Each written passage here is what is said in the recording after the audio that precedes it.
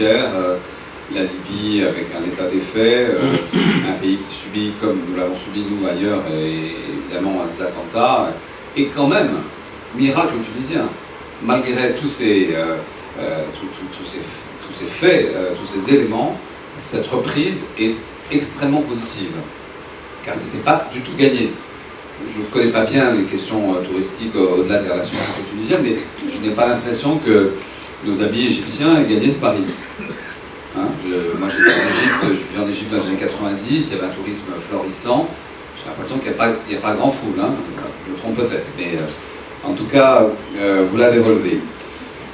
Moi je vois d'autres facteurs que ceux probablement que vous avez évoqués qui sont rassurants, qui ne sont pas des facteurs, disons, sectoriels. Je suis français, je me place dans une position comme ça, un peu d'observateur. Pourquoi je viendrais en Tunisie aujourd'hui? Il y a depuis 2-3 ans des signaux qui sont rassurants. 2011-2014, c'était 2015, cette succession de gouvernements, la gouvernance politique n'était pas rassurante entre nous. Aujourd'hui, elle est rassurante, il y a une continuité. Donc le facteur politique est important. Je pense que vous avez là 2 années avec un gouvernement, des gens quand même de qualité. Alors, vous pouvez aimer, pas aimer, mais enfin bon, je les trouve professionnels, moi. En tout cas, je les juge comme tels. Et donc cette stabilité rassure. Deuxièmement, le rôle de la société civile qui fait beaucoup.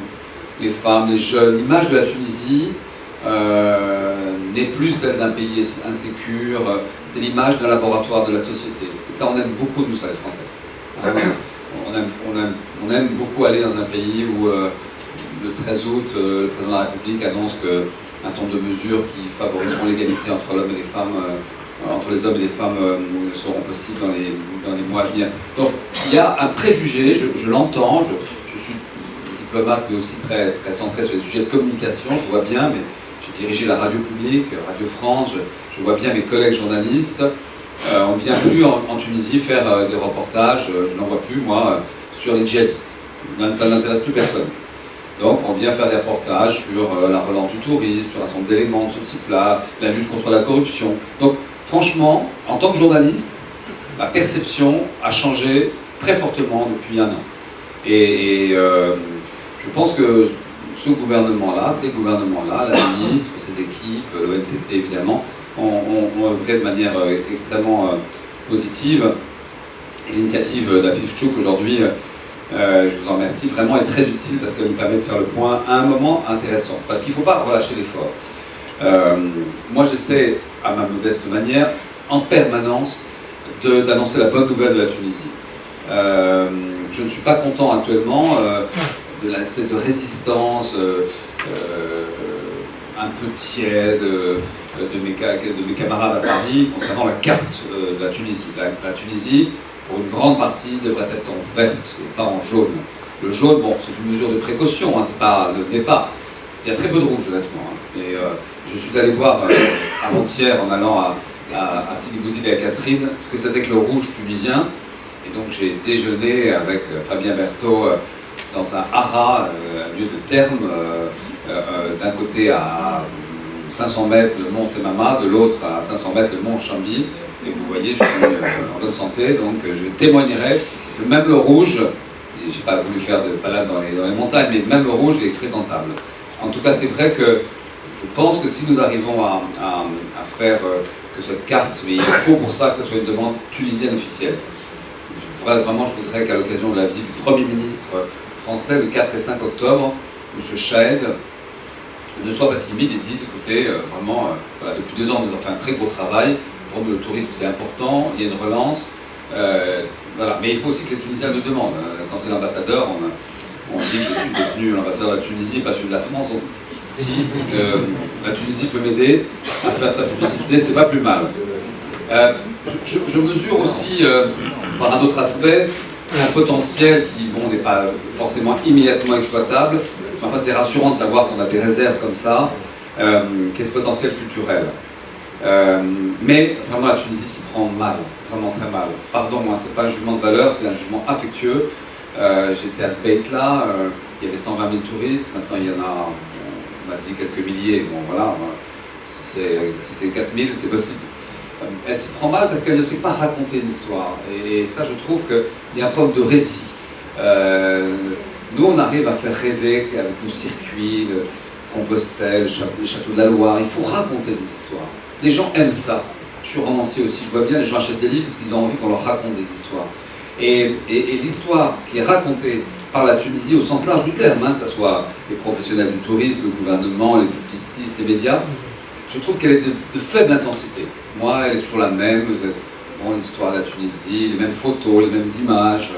C'est formidable, une palmeraie ou un panier ou une jarre avec des dates. Enfin bon, cette image est fatigante, même le bleu est fatigant. Donc vraiment, il y a un travail d'image.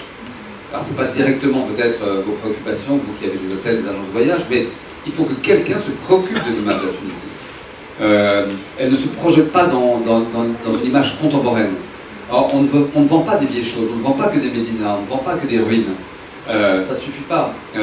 Pourquoi les gens vont venir passer ou pas un week-end? Moi, je suis à Paris. Voilà. J'ai de quoi me payer un week-end. Pourquoi je vais aller à Tunis? Je pourrais y aller, objectivement. Y vivant, c'est génial, il y a plein de trucs à faire.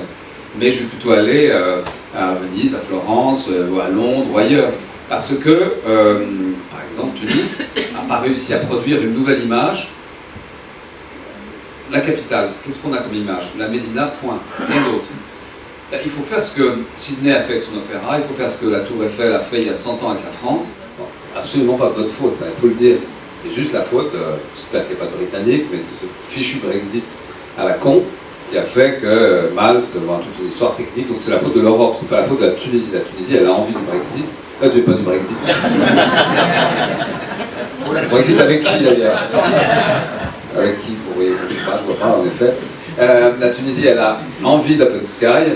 Bon, peut-être pas encore en effet à Tunis, mais je sens en tout cas qu'il y a une ouverture, il y a une curiosité. Et la France, pour qui vraiment vous êtes, c'est pas un 20 mots politique, etc. Ça a été répété par le président de la République qui m'a reçu la semaine dernière, qui est vraiment dans ces 10 pays qui, s'ils vont bien, le monde va aller beaucoup mieux. S'il va pas bien, le monde va aller beaucoup plus mal.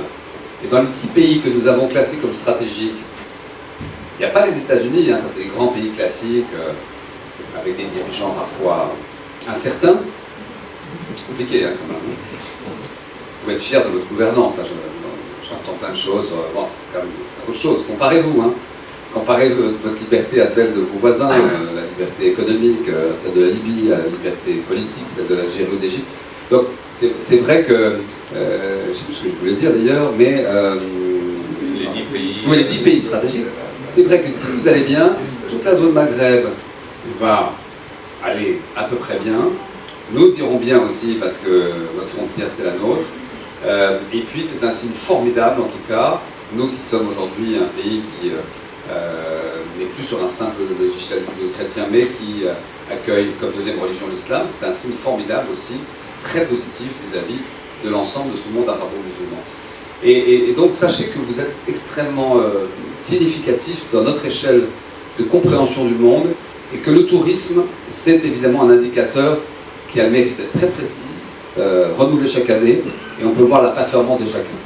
Donc battons-nous, et surtout dites-nous ce que nous devrions faire, en plus d'essayer de verdir la carte tunisienne.